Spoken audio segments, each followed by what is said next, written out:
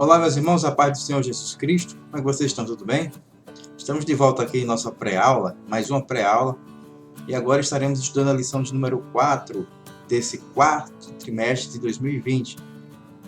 Esse quarto trimestre, como eu sempre repetindo, está tratando sobre a importância da palavra de Deus para o bem-estar do ser humano.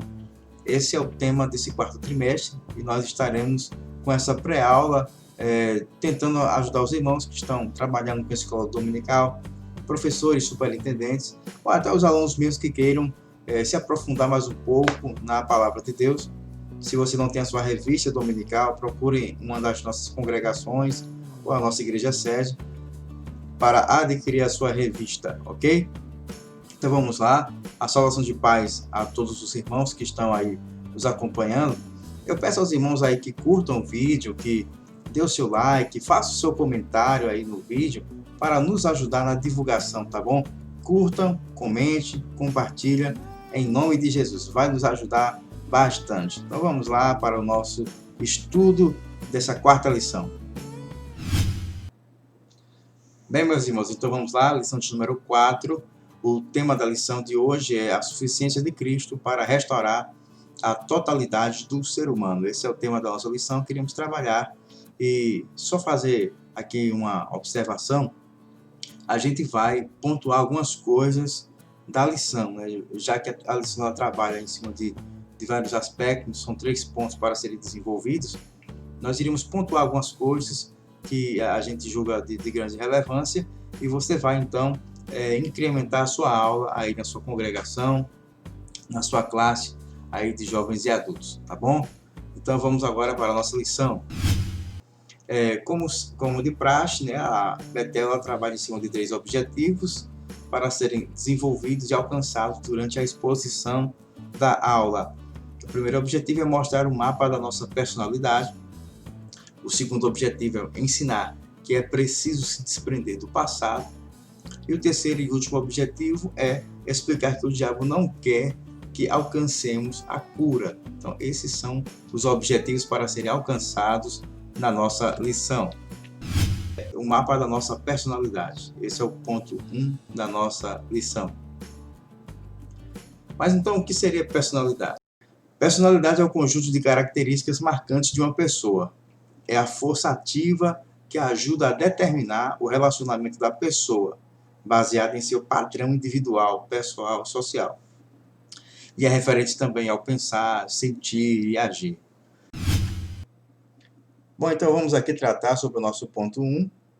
E eu quero aqui fazer a ponte com o ponto 2 da lição, onde o ponto 1 fala sobre o mapa da personalidade, já foi definido aqui na introdução. E o ponto 2 fala da necessidade de se esquecer o passado. Então nós iremos destacar aqui 3 coisas que estão contidas tanto no ponto 1 como no ponto 2 da nossa lição. Primeiro é a necessidade de restauração. Bom, então o que seria essa necessidade de restauração? Todos nós, queridos, carregamos certos traumas que vêm nos acompanhando ao longo da nossa vida. Alguns, a grande maioria, provavelmente na infância. E esses traumas, eles vão influenciar o nosso comportamento, o nosso relacionamento com as pessoas, o nosso convívio com a nossa família. Isso vai nos afetar diretamente em relação ao mundo. E nós podemos ver que, embora todas essas estejamos sujeitos a esse tipo de ataque contra a nossa alma, de forma que vai nos prejudicar, não somente a nível humano, mas a nível também espiritual, não somente a nível material, mas espiritual também. Isso não quer dizer que estamos descartando, a pessoa do psicólogo, que é um profissional da área que para tratar de assuntos relacionados a traumas. Mas a Bíblia nos aponta um caminho sobreexcelente onde mostra a necessidade de nós buscarmos em Deus refúgio e segurança nos momentos de instabilidade emocional. Nós encontramos que um exemplo muito claro, que é o de José, no capítulo 37 do livro de Gênesis, onde a partir do versículo 12 nós encontramos o relato onde José foi vendido pelos seus irmãos. Agora veja bem, a história de José é uma história que poderia mostrar um quadro de um jovem que sofreu emocionalmente e psicologicamente, em todos os sentidos da sua vida, e que poderia carregar traumas profundos na sua alma, de forma a criar barreiras no relacionamento familiar e com também em relação à própria sociedade. Um indivíduo que tem seus traumas, ele tem dificuldade de se relacionar. Mas veja bem o que a Bíblia aponta em Gênesis 37. Nós encontramos aqui o relato de um jovem que foi vendido pelos seus irmãos e que, mesmo vendido pelos seus irmãos, ele não perdeu a fé, primeiro, no seu Deus, e segundo, não deixou aquela experiência traumática influenciar a sua vida. A vida de José é um exemplo para nós.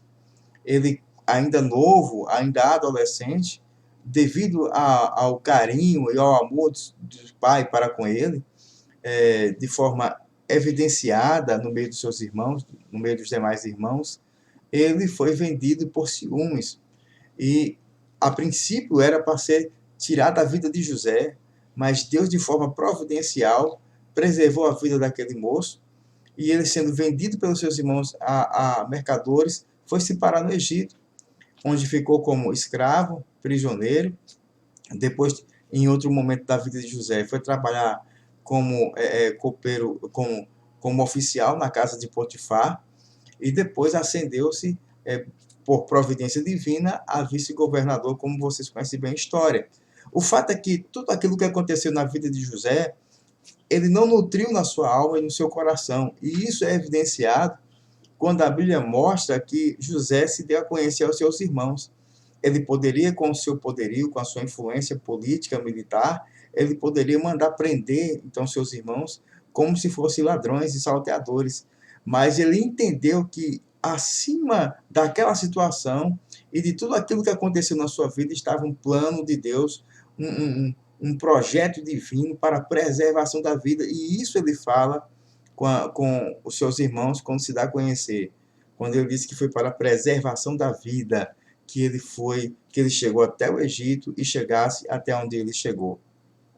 José é um exemplo de que nós podemos superar os traumas da nossa vida se nós entendermos que existe um Deus que está acima de todas as coisas, se nós entendermos que existe um Deus que rege a nossa história, se nós entendemos que existe um Deus que conduz os nossos passos.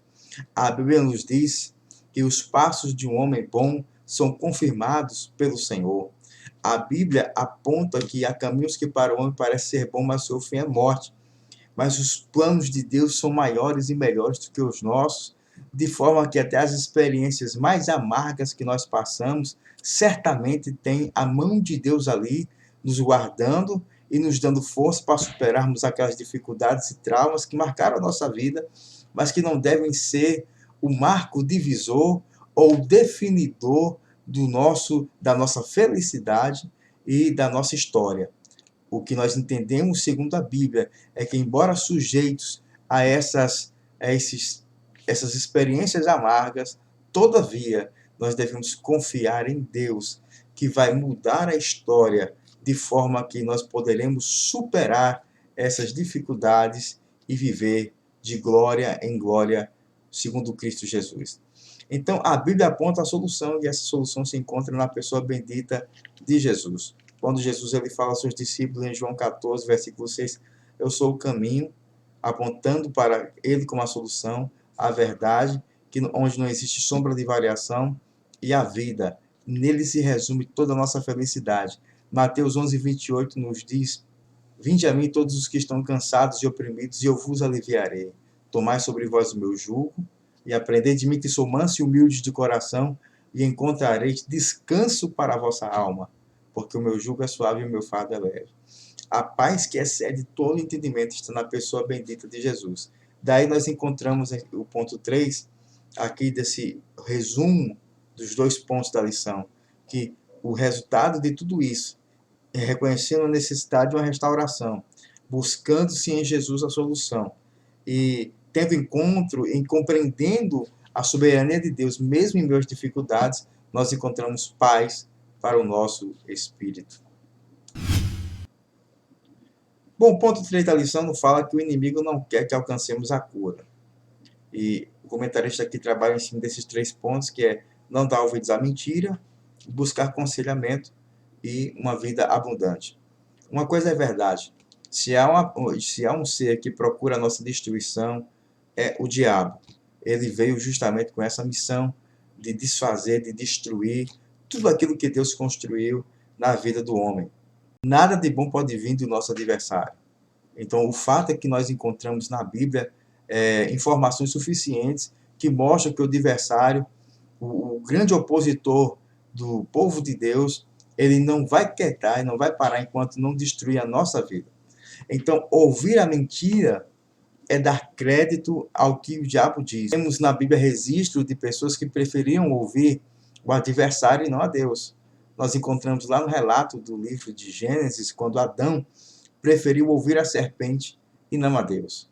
Pareceu mais atrativo diante da tentação ao ver o fruto proibido.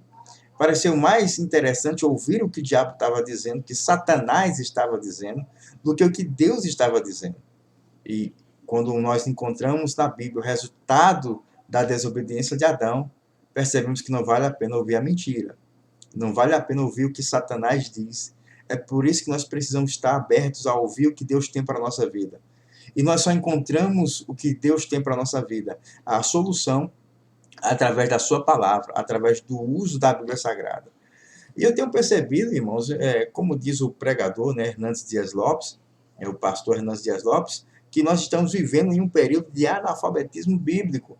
Porque se a Bíblia é a revelação expressa da vontade de Deus, se a Bíblia revela a vontade de Deus para o seu povo, se através dela nós somos libertos, onde nos diz a palavra de João 8,32, e conhecereis a verdade, e a verdade vos libertará. Se através da pregação do Evangelho que as vidas se convertem, por que as pessoas não gostam de meditar na palavra, ou não gostam de ler a Bíblia, ou não fazem de tudo para aplicar a palavra à sua vida? Se você não deixa Deus entrar na sua vida através da palavra escrita, que é a Bíblia Sagrada, se você não deixa essa palavra fluir, você vai ouvir outras fontes, vai ouvir outras coisas e não vai ter sucesso. O sucesso está em ouvir a palavra da verdade, que é a Bíblia Sagrada, que é a palavra de Deus, o Evangelho transformador. Dessa forma, nutrindo nossa alma com a palavra de Deus, nutrindo nossa alma com o alimento do céu, e sendo alimentado por uma palavra pastoral, por pessoas capacitadas para orientar nas nossas dificuldades emocionais, psicológicas, nós entendemos que teremos como consequência uma vida abundante, uma vida de vitória, uma vida onde Cristo será glorificado, deixando essas coisas que para trás ficam. O apóstolo Paulo ele disse que o bom soldado que milita, ele não se embaraça com as coisas dessa vida. Então, o perdão deve ser uma coisa que esteja entre as nossas prioridades para se trabalhar. Nós temos que constantemente ter facilidade de liberar perdão. Se isso não é fácil, se não está sendo fácil, ou você está encontrando dificuldades, precisa ser tratado espiritualmente. Não se deve fazer a obra de Deus sem primeiro se tratar. Não se deve se empenhar nas coisas do reino sem primeiro buscar um tratamento espiritual, emocional e psicológico. Que Deus em Cristo te abençoe e guarde essa palavra no coração, em nome de Jesus.